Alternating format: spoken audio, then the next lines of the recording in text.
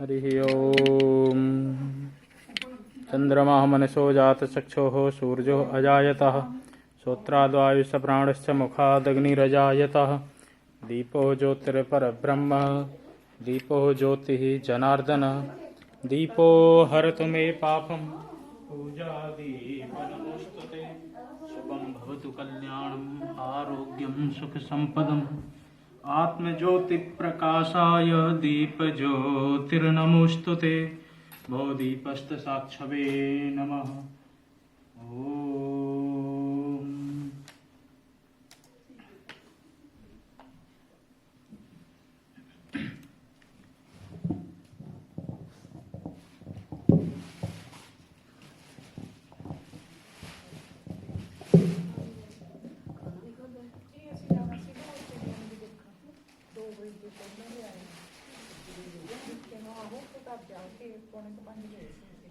ध्येयं सदा परिभवग्नमभीष्टदोहम् तीर्थास्पदं शिवविरञ्चनुतं शरण्यं भृत्यार्तिहं प्रणतपालभवाब्धिपोतम् वन्दे महापुरुषते चरणारविन्दम् वंशी विभूषितकरान्नवनीरदाभा पीताम्बरधरुडबिम्बफलाधरोष्ठा पूर्णेन्दुसुन्दरमुखादरविन्दनेत्रा कृष्णात् परं किमपि तत्त्वमहं न जाने। नारायणं नमस्कृत्यं नरं चैव नरोत्तमं देवीं सरस्वतीं व्यासं ततो जयमुदीरहे। भक्ति भक्त भगवन्त गुरु चतुर नाम बपुएक इनके पग बंदन किए सुना सत विघ्न अनेक सुना सत विघ्न अनेक। बोल कृष्ण कन्हैया लाल की जय। एकादशी महारानी की जय। राजा रामचंद्र भगवान की जय। पवन सुत हनुमान की जय। बोल अम्बे मैया की जय। जय जय श्री राधे श्याम। परम मंगल में परात्पर अकारण करुणालय भक्त वांछा कल्पतरु तडिंदित विनिंदित श्री पीतांबर धारी बाल कृष्ण लाल के पाद पद्मों में प्रणाम करते हुए हम सब आज आमलका एकादशी में प्रवेश करेंगे, जो कि फाल्गुन माह के शुक्ल पक्ष में आती है। इस एकादशी का बहुत ही बड़ा महत्व होता है। होली से ठीक पूर्व हर साल ये एकादशी अपने निर्धारित समय पर आकर के हम सबको यही निर्देश देती है कि इस दिन विशेष आंवले का दान करना चाहिए। भगवान विष्णु जी पर इस दिन विशेष आंवलों का उपहार चढ़ाया जाता है। तो श्री सूत जी महाराज बैठे हुए थे। अन्य ऋषियों ने पूछा कि प्रभु, कोई हमें एक ऐसा उपाय बता दें, कोई ऐसा व्रत बताया जाए जिससे हमारे सब रोग दोष नष्ट हो जाएं। तो श्री सूत जी महाराज को याद आया कि एक बार मानधाता जी ने गुरु वशिष्ठ से यही प्रश्न किया था। कहा कि प्रभु मुझ पर ऐसी कृपा करें जिससे कि मेरा कल्याण हो सके। तो मानधाता जी के पूछने पर श्री वशिष्ठ जी ने बताया। ये मानधाता कौन थे? ये राम जी के ही पूर्वजों में से एक थे। राजा मानधाता के पिता का नाम युवनाश था। उनके अनेकानेक रानियां थीं, पर किसी के कोई पुत्र नहीं था। तो उन्होंने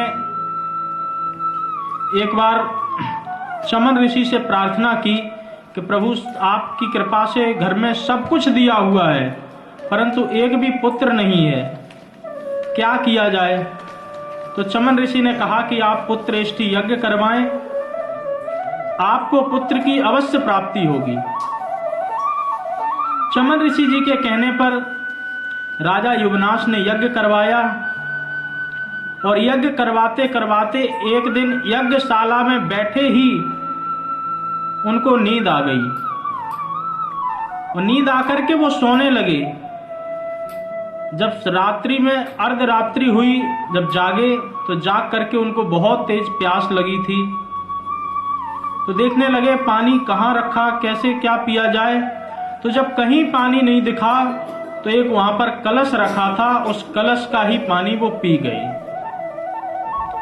जब उस कलश का पानी पी लिया उन्होंने, सुबह सारे ब्राह्मण आए और आकर के यही विचार करने लगे कि हमने जो यहाँ पर एक कलश रखा था वो कलश का पानी कहाँ पर गया। तो फिर जब उन्होंने बताया कि मैं तो कलश का पानी पी चुका हूं, तो ब्राह्मणों ने कहा कि ये तो बहुत अनर्थ हो गया, क्योंकि इस जल में पुत्र प्राप्ति का सामर्थ्य था। तो राजन, इसके दुष्परिणाम से अब आपके पेट में पुत्र का जन्म होगा। समय पूरा बीता। भगवान की कृपा से राजा युवनाश के पेट में ही राजा मानधाता का जन्म हुआ और जो भगवान के वैद्य हैं उनका नाम अश्विनी कुमार है। उन्होंने राजा युवनाश का पेट फाड़ करके उस बच्चे को बाहर निकाला। ऐसे ही मानधाता का जन्म हुआ और ये मानधाता भगवान श्री राम के ही पूर्वज हैं, श्री राम जी के ही वंशज हैं। तो वशिष्ठ जी से पूछा कि मैं क्या करूं, मेरे कल्याण के लिए आप कोई ना कोई ऐसा उपाय बताएं। तो उन्होंने कहा कि ये माघ फाल्गुन मास के शुक्ल पक्ष में जो एकादशी आ रही है, इसका यदि व्रत रखोगे और आंवलों का दान करोगे तो तुम्हारा सब प्रकार से कल्याण होगा। आंवला वैसे भी बहुत गुड़ी होता है। आंवला में अनेकानेक प्रकार के रोगों को नष्ट करने की क्षमता है। कई ऐसे रोग हैं जो केवल आंवला सेवन करने से ही नष्ट हो जाते हैं। कई बार बालों का झड़ना हो, आंखों से कम दिखता हो या शरीर में कैल्शियम की कमी हो गई हो, आदि आदि अनेकानेक रोगों के लिए आंवला बहुत उपयोगी है। तो चर्म रोग में भी फायदेमंद होता है। यदि किसी को खांसी हो रही हो तो आंवले का चूर शहद के साथ मिलाकर के खा ले तो उसकी खांसी भी ठीक हो जाती है। किसी को ज़्यादा दस्त हो गया हो, लूज मोशन हो गई हो, तो आंवले में ही थोड़ा सा नमक मिलाकर के उबालें और उसका ही रस पी लें तो उसमें भी बहुत लाभ मिलता है। पेट में पथरी के लिए भी आंवला बहुत उपयोगी है। ऐसे अनेकानेक रोग हैं जिसके लिए आंवला बहुत ही उपयोगी है। और खाली पेट आंवला खाने से व्यक्ति की त्वचा भी अच्छी रहती है। त्वचा पर किसी प्रकार का कोई विशेष प्रभाव नहीं पड़ता है। तो इसलिए आंवले का सेवन जरूर करना चाहिए, क्योंकि आंवला पेट के कीड़े भी मारता है और डायबिटीज की बीमारी में भी बहुत कारगर होता है। तो इसलिए खाली पेट आंवला का उपयोग जरूर करें, क्योंकि ये आंवला भगवान के श्री मुखार बिंद से ही साक्षात प्रकट हुआ है। ऐसी मान्यता है शास्त्रों में कि इस आंवले का जन्म भगवान श्री विष्णु जी के मुख से उत्पन्न हुआ और उसी समय ब्रह्मा जी के द्वारा सृष्टि का भी निर्माण शुरू हुआ। तो वही कथा आज श्री वशिष्ठ जी मानधाता जी को सुना रहे हैं। कहते हैं कि वैदिश नगर में, वैदिश नाम का एक नगर था और उसमें एक चैत्ररथ नाम के राजा निवास करते थे। वहां पर चारों वर्ण के लोग रहते थे, ब्राह्मण, क्षत्रिय, वैश्य और शूद्र। वो चारों लोग अपने अपने वर्ण व्यवस्था अनुसार काम किया करते थे। पहले इन चारों वर्णों को ऋषियों ने ऐसी परंपरा बनाई थी कि इनको कहीं किसी दूसरे के काम करने की आवश्यकता ही नहीं पड़ती थी। ब्राह्मण के लिए उन्होंने कहा कि आप अग्निहोत्र करो, अपना पाठ पूजन करो और बाद बाकी खाने पीने का काम राजा देखा करता था। क्षत्रिय जो भी योद्धा होते थे वो राजा के सैनिक में भर्ती हो जाते थे, तो राजा ही उनकी भी देखभाल करता था। वैश्य भी राजा के अधीन होकर के ही कर्म करते थे, क्रय विक्रय का व्यापार करते थे, तो उन वैश्यों को भी समय समय पर राजा को कर भी देना पड़ता था, लेकिन उसमें भी उनका बहुत लाभ होता था। इसी प्रकार से शूद्र थे, शूद्रों को विशेष सेवा का ही लाभ दिया जाता था। भगवान श्री गीता में अर्जुन को उपदेश देते हुए यही समझा रहे हैं, चातुर्वर्ण्यम मया सृष्टम गुण कर्म विभागसा, कि चारों वर्ण का गुण और कर्मों के अनुसार मेरे द्वारा ही प्रादुर्भाव हुआ। मैंने ही इनको बनाया है और सबके काम भी निर्धारित किए हैं। सबसे पहले ब्राह्मण का काम बताया है, समोदमस्तपः शोचा क्षांतिर्राजमेवचा ज्ञानम विज्ञान मस्तिक्य ब्रह्म कर्म स्वभावजम। ब्राह्मण का विशेष कर्म है कि अपने मन के अंतःकरण को शुद्ध रखे, ज्ञान अध्ययन करे और दूसरों को अध्यापन कराए, खुद पढ़े दूसरों को पढ़ाए, यज्ञ करे और दूसरों को भी यज्ञ कराए। ये ब्राह्मण के विशेष कर्म थे। इसी प्रकार क्षत्रिय के कर्म शौर्यम तेजो धृतिर्दाज्यम युद्धे चाप्य पलायनम दानमीश्वर भावश्च छात्र कर्म स्वभावजम। क्षत्रिय के जो विशेष कर्म हैं, शूरवीरता, तेज, शौर्य, युद्ध में भाग लेना, इसके साथ साथ दान भी देना ऋषियों को, संतों को, ब्राह्मण को, और दान देने के बाद अपने नित्य कर्म को देखते हुए कोई यदि व्यक्ति निहत्था है तो उस पर कभी हाथ नहीं उठाएं। स्त्री बच्चों पर भी कभी हाथ नहीं उठाना चाहिए। तो क्षत्रियों का जो कर्म था वो इस प्रकार से निर्धारित किया गया था ऋषियों के माध्यम से। इसी प्रकार वैश्य लोग जो बनिए लोग थे, उनका भी कर्म विधिवत रूप से बताया गया है। कृषि गौक्ष वाणिज्य वैश्य कर्म स्वभावजम। खेती करना, खेती के माध्यम से अनाज पैदा करना, क्रय करना, विक्रय करना, क्रय विक्रय के साथ साथ व्यक्ति विशेष को यदि कोई व्यक्ति उसके अधीन कर्म कर रहा है तो उसकी मेहनत के अनुसार फल दे देना, और अपने काम में भी पूरी ईमानदारी बरतना। ये नहीं कि मिलावटी सामान बेच करना, मिलावटी सामान बिल्कुल क्रय विक्रय नहीं किया जाता था। ऐसी हमारे ऋषियों के द्वारा, ऐसी हमारे शास्त्रों में परंपरा ही बनाई दी गई थी। शूद्रों का कर्म था परिचालकम कर्म शूद्रमपि स्वभावजम। लोगों की सेवा करना ही शूद्रों का विशेष कर्म था कि लोगों की सेवा करेंगे और सेवा से जो पुरस्कार मिलेगा उसी से ही उनका भरण पोषण हुआ करता था। तो चैत्ररथ नाम का राजा राज्य करता था एक वैदिश नरक में, वैदिश नामक नगर में, तो बड़ा ही विद्वान था, बहुत ही धर्मात्मा था। धर्मात्मा के साथ साथ भगवान विष्णु जी की बहुत ही आराधना किया करता था। एक समय फाल्गुन मास की यही जो आज के दिन अमला एकादशी है, यही एकादशी आई। राजा ने हर्ष पूर्वक मंदिर में आकर के अनुष्ठान किया, कलश रखवाए और विधिवत व्रत किया। व्रत करने के साथ साथ विधिवत पूजन करके रात भर जागरण किया। वहीं पर एक बहेलिया अपने शिकार को खोजते खोजते आया और आकर के देखने लगा कि इस मंदिर में क्या हो रहा है। तो उसकी रुचि हो गई कि चलो आज भी हम भी बैठ करके देखते हैं। उसको उस दिन खाने को कुछ भी नहीं मिला था, और जब कुछ भी नहीं मिला तो वो एक कोने में एकांत में बैठ करके राजा के कर्म को ही देखता रहा कि राजा क्या कर रहा है, कैसे कर रहा है। राजा के कर्म को देखते देखते और पूरी रात उसने अपनी बिता दी।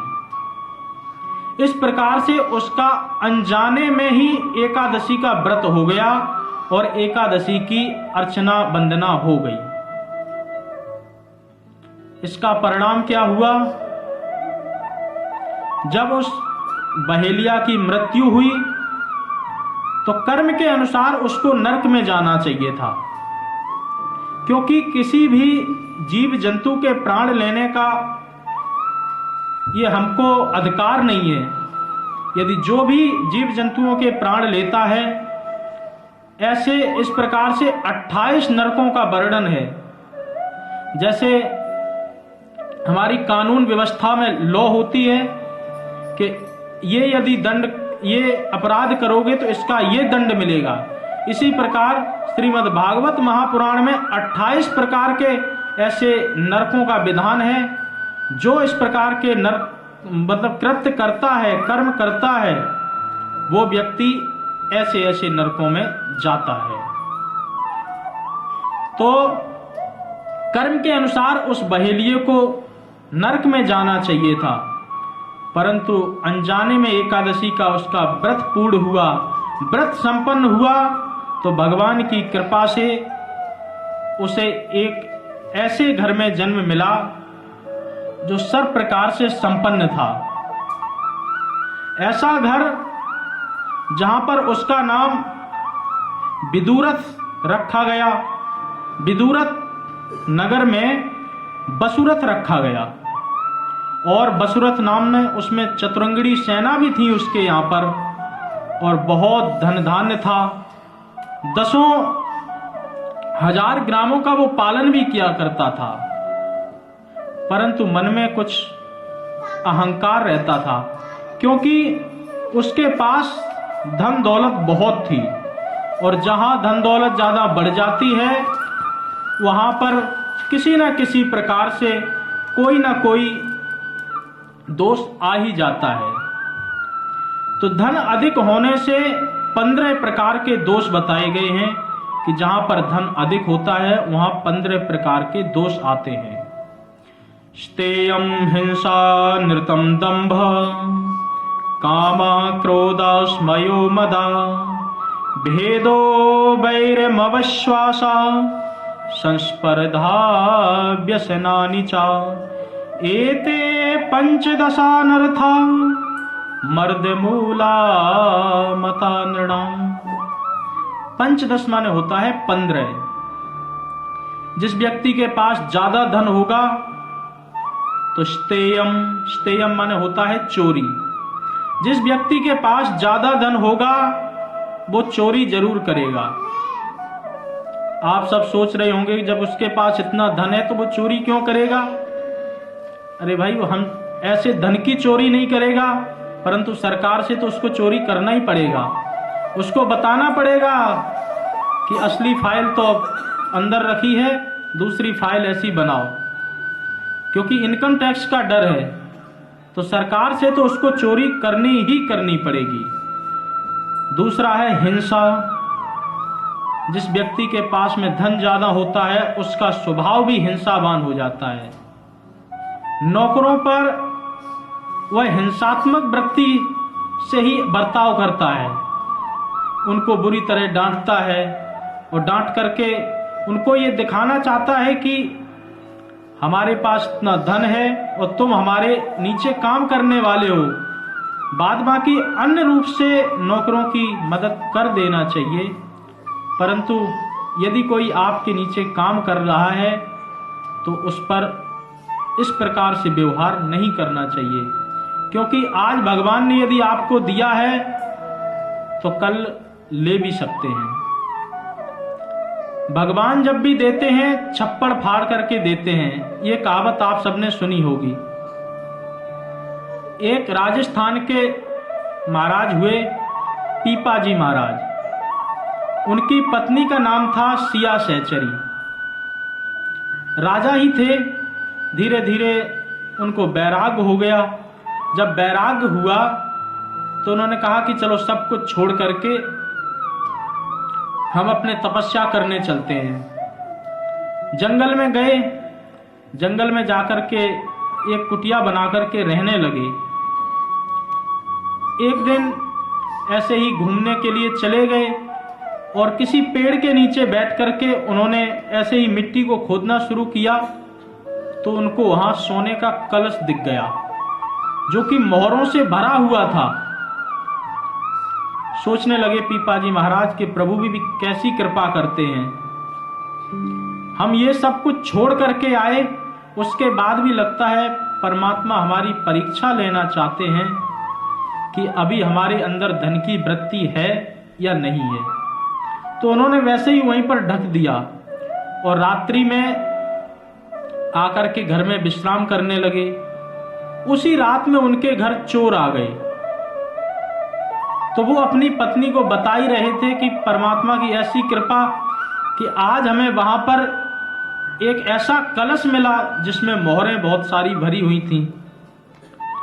तो जाकर जब चोरों ने सुना तो इस झोपड़ी में क्या है, चलो वहीं चलते हैं, वहां पर मोहरें हैं, वहां इतना धन है।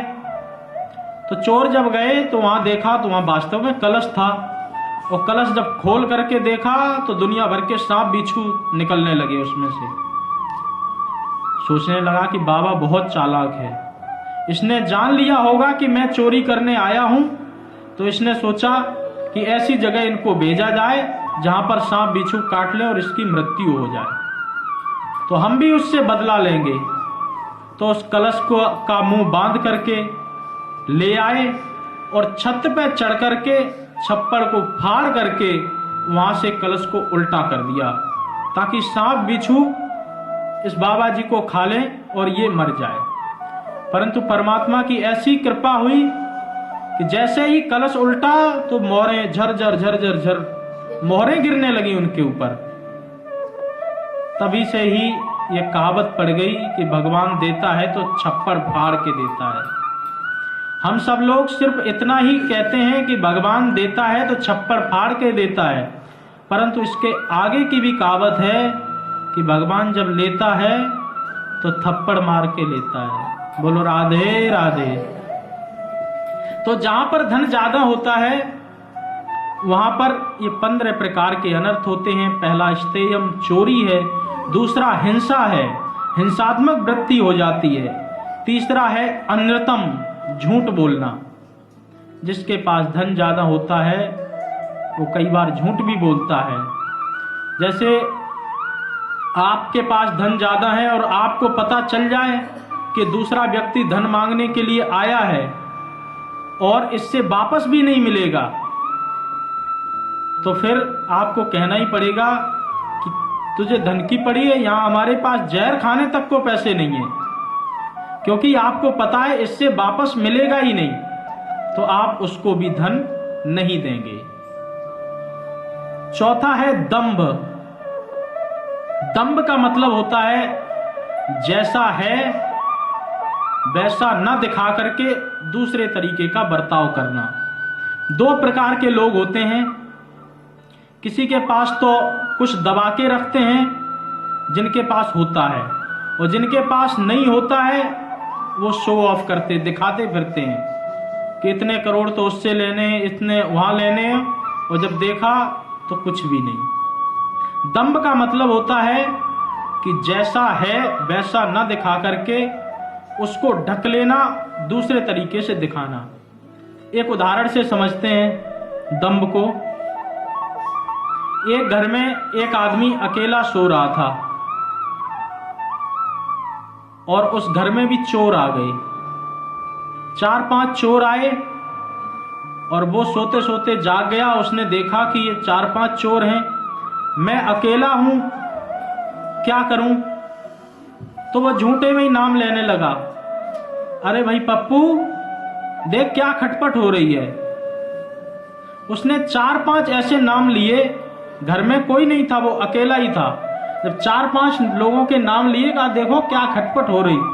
तो चोरों को भी लगा कि यहाँ तो बहुत सारे लोग हैं और सब जाग भी गए हैं, और यदि ये बहुत और देर रुका गया तो बुरी विडंबना हो जाएगी, इससे पहले ही भाग लो। तो है वहां पर कोई नहीं, एक ही व्यक्ति है, लेकिन इस प्रकार का वातावरण क्रिएट कर दिया, इसी का नाम दंभ है।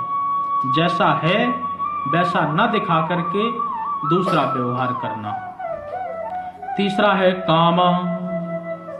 व्यक्ति के पास धन ज्यादा होती हैं तो उसके अंदर कामनाएं भी बढ़ती हैं कि ये भी कर लिया जाए, ये भी कर लिया जाए।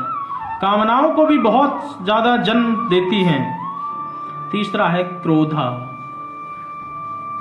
व्यक्ति के पास धन ज्यादा होगा तो क्रोध भी उसको आएगा, और ये सबसे भयंकर बीमारी भी है। क्रोध में वो ये नहीं देख पाता है कि वो किस तरीके का व्यवहार कर रहा है, और जब क्रोध बढ़ जाता है तो वो दूसरे को कुछ समझता ही नहीं, क्या बात कर रहे, तुम्हें तो हम खड़े खड़े खरीद लेंगे। इस प्रकार की भी कई बार बातें निकल जाती हैं। तो क्रोध भी आ जाता है ज्यादा धन होने से। स्मय माने होता अहंकार, अहंकार वृत्ति भी उसकी हो जाती है। भेद, उसके अंदर भेदभाव भी प्रकट हो जाता है। अगला है बैर। जिस व्यक्ति के पास जितना ज्यादा धन होगा उतने ही उसके ज्यादा दुश्मन होंगे, उतने ही ज्यादा बैरी होंगे। तो धनवान व्यक्ति के दुश्मन भी ज्यादा होते हैं। अगला है अविश्वास। धनी व्यक्ति कभी किसी पर विश्वास नहीं करता। कई बार तो उसको अपने पर ही विश्वास नहीं होता है।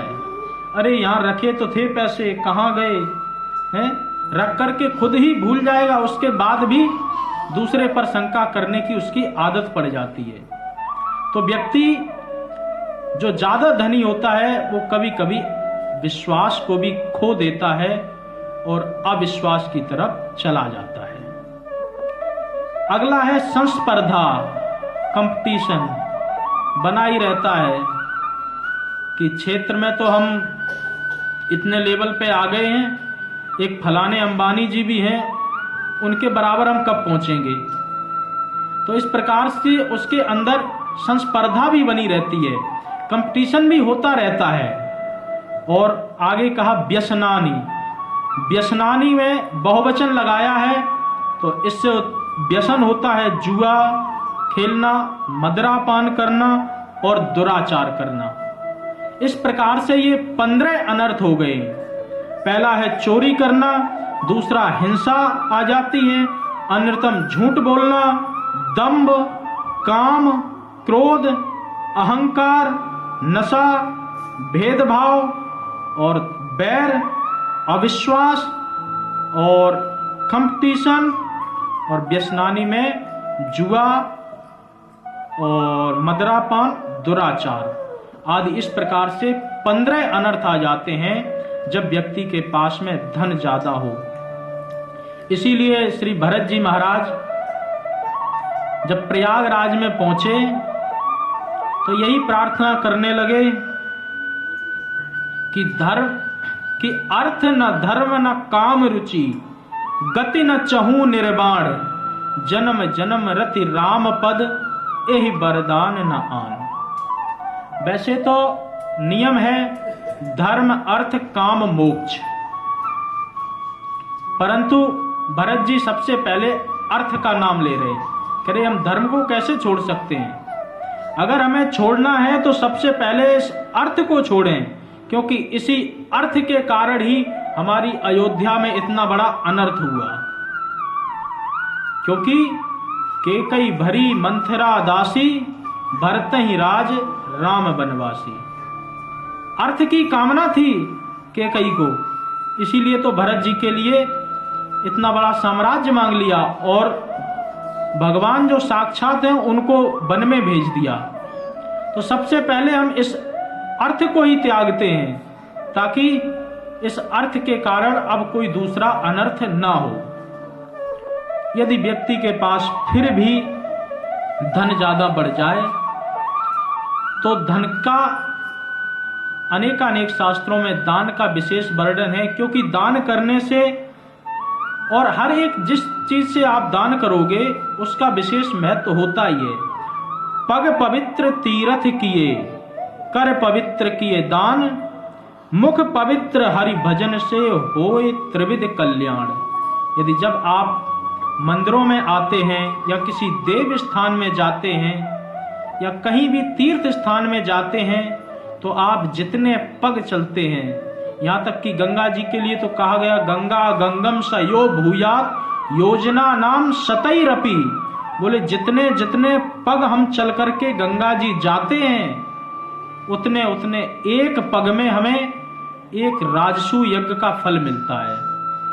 इसी प्रकार से जब हम किसी देव स्थान में आते हैं, मंदिर में आते हैं, किसी तीर्थ में जाते हैं, तो जितने पग हम चल करके जाते हैं उतने पग हमें करोड़ों यज्ञों का फल मिलता है। तो इसीलिए मंदिरों में, देव स्थानों में, तीर्थ स्थानों में व्यक्ति को जरूर जाना चाहिए, क्योंकि इसके साथ साथ पग पवित्र तीर्थ किए, इससे हमारे पैर भी पवित्र होते हैं। कर पवित्र किए दान, जितना जो व्यक्ति दान करेगा उसके उतने ही हाथ पवित्र होंगे। और तीसरा है मुख पवित्र हरि भजन से, जितना जो व्यक्ति हरि भजन करेगा, हरि संकीर्तन करेगा, उतना ही उसका मुख पवित्र होगा। ये 3 प्रकार के विशेष कल्याण हैं। तो इसीलिए पानी बाड़े नाव में, घर में बाड़े दाम, दोनों हाथ उलीचिए, यही सज्जन को काम। यदि व्यक्ति के पास धन ज्यादा हो जाए तो व्यक्ति को धन का अर्पण अन्य जगहों पे कर देना चाहिए। शुक्राचार्य की शुक्र नीति में 5 जगह ऐसी बताई हैं कि धन का क्या करें। बोले यदि धन ज्यादा हो तो उसके 5 भाग कर दें, और 5 भाग करके एक एक भाग उसमें देते जाएं। तो विशेष सबसे पहला उन्होंने दान ही बताया है, कहीं दान कर दें। दूसरा है कि दान करने के साथ साथ अपने किसी व्यवसाय में लगा लें जिससे आता भी रहे। तीसरा है कि कोई ऐसी चीज बना दें, कुआ बावड़ी, जिससे आपके मरने के बाद भी नाम चलता रहे। चौथा है कि आप अपने स्वजनों के लिए भी खर्च करें। आप अपने घर में भी जो आपके मित्र वर्ग हैं, जो आपके पारिवारिक जन हैं, उनमें भी धन का एक हिस्सा दे दें, नहीं तो कल को कहीं वही दुश्मन न बन जाए। और 5वां है कि आपातकालीन के लिए थोड़े से धन को हमें अलग रख भी लेना चाहिए, क्योंकि बीमारियां या कोई रोग दोष कभी भी समय बता करके नहीं आते हैं। इस प्रकार से यदि व्यक्ति के पास में धन ज्यादा बढ़े तो इस प्रकार से दान आदि करके वह उस धन का उपयोग कर सकता है, क्योंकि आपकी इस नाजायज कमाई का बहुत से लोग लाभ उठा लेंगे, परंतु आप ये नाजायज कमाई जिन कर्मों के साथ कर रहे हैं उन कर्मों को भोगने वाला, उन कर्मों को बांटने वाला कोई भी नहीं मिलेगा। इसीलिए आप धन का सदुपयोग करें और कोशिश करें कि किसी अन्याय से हमारे पास में धन ना आए। यदि आ जाए तो उसको जितनी जल्दी हो सके आगे की तरफ प्रेषित कर देना चाहिए। इस प्रकार से धन का जो प्रभाव था वो धीरे धीरे नष्ट हो गया और एक दिन राजा शिकार खेलने के लिए गया और शिकार खेलते खेलते वह रास्ता भटक गया, रास्ता भूल गया और उस रास्ते को भूलने के साथ साथ उसने देखा कि अब कोई मार्ग दिख नहीं रहा तो क्या करूं। तो वह रात में सोने लगा एक वृक्ष के नीचे। जब एक वृक्ष के नीचे सोया तो कुछ ही देर बाद कुछ डाकू आ गए और डाकू आने के बाद में उस राजा को ले गए नर बलि चढ़ाने के लिए। जब उस राजा को पकड़ करके ले गए तो लेकर के काली माता के मंदिर पर रख दिया और जैसे ही तलवार मारने को उद्यत हुए माता भवानी साक्षात प्रकट हो गई और उन सभी डकैतों को, उन सभी डाकुओं की गर्दन काट दी। बोल काली माता की जय। राजा को बड़ा हर्ष हुआ और सोचने लगा कि ये चमत्कार कैसे हो गया। तभी आकाशवाणी हुई और आकाशवाणी के माध्यम से बताया कि भगवान विष्णु के अलावा तेरी कौन रक्षा कर सकता है राजन। तूने एक बार अनजाने में ये अमला एकादशी का व्रत रखा था, उसी के प्रभाव से आज तेरे ये प्राण बच गए हैं। तो ये एकादशी बहुत ही उत्तम एकादशी है और इस एकादशी को प्रत्येक व्यक्ति को व्रत करना चाहिए। मैं हर एकादशी में कहता हूँ कि एकादशी में अन्न का ग्रहण करना सर्व त्याज्य होता है। 5 वर्ष के बच्चे को छोड़ करके और 90 वर्ष के बूढ़े को छोड़ के प्रत्येक व्यक्ति के लिए एकादशी अनिवार्य है। प्रत्येक व्यक्ति एकादशी का व्रत करे क्योंकि एकादशी का विशेष मतलब है 10 इंद्रियां और 1 मन। 5 हमारी ज्ञान इंद्रियां हैं, 5 हमारी कर्मेंद्रियां हैं और 1 मन है। जिस दिन हम एकादशी का व्रत करें उस दिन 5 हमारी कर्मेंद्रियां एवं ज्ञान इंद्रियां और मन हमारे अनुकूल रहे, इसी भाव से ही एकादशी का व्रत किया जाता है। और इस एकादशी को ब्रज में रंग भरनी एकादशी भी कहते हैं। श्रीनाथ द्वार में कुंज एकादशी के नाम से भी इसे जाना जाता है। खाटू श्याम में खाटू एकादशी कही जाती है। विशेष इस एकादशी पर आंवले का दान किया जाता है।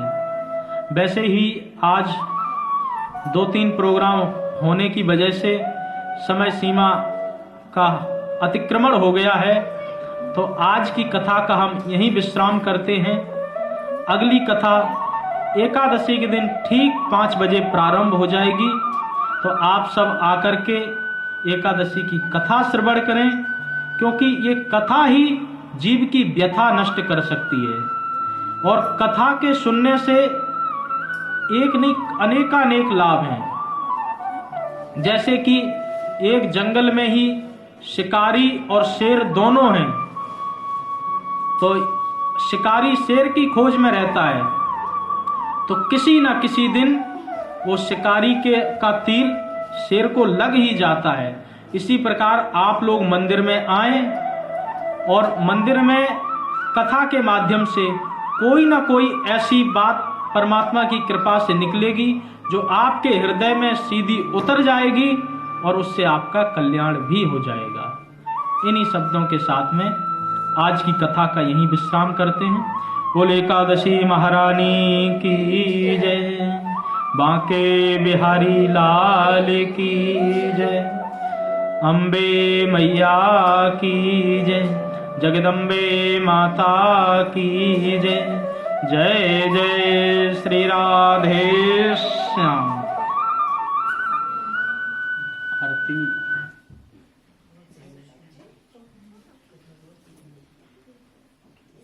बुला लो सबको। सभी लोग खड़े होकर के आ जाएं, आरती में सम्मिलित हों।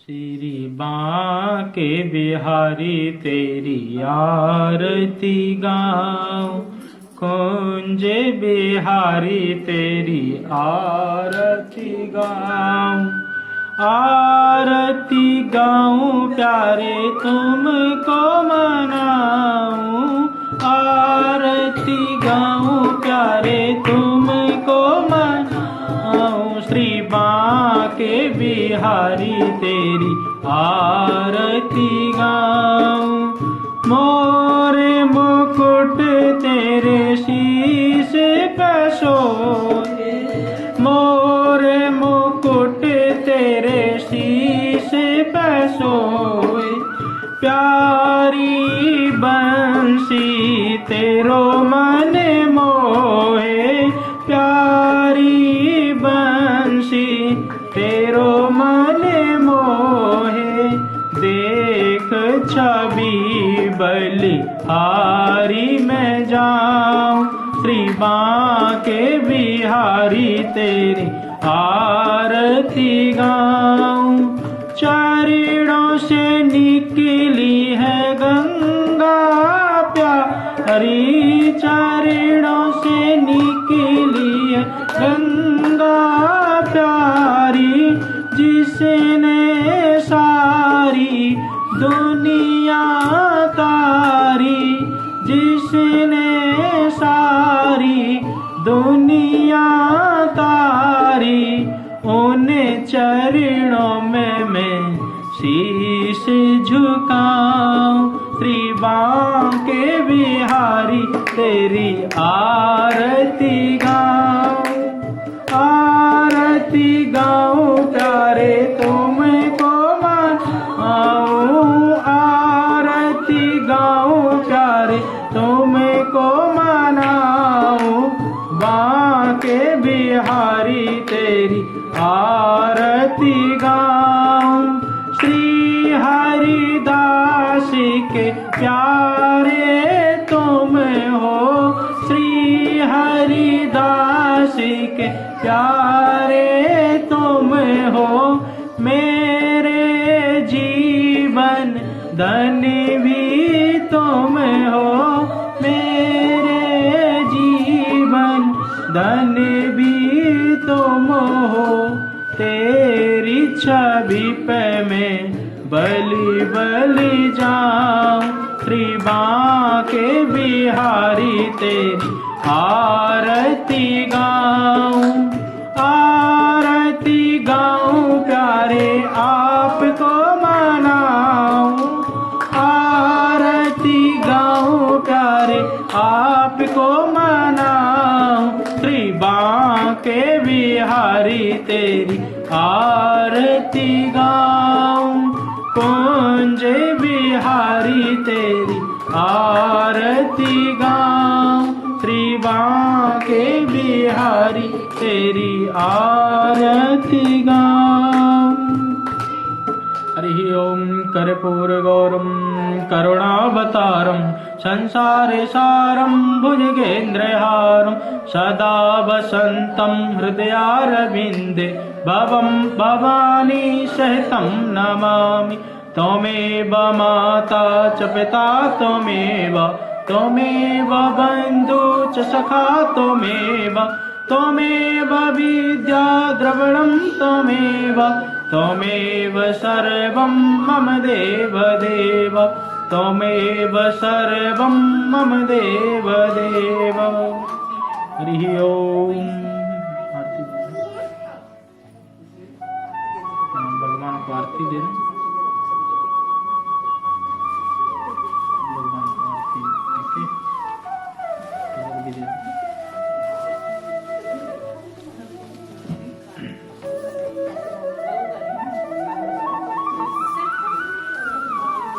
इधर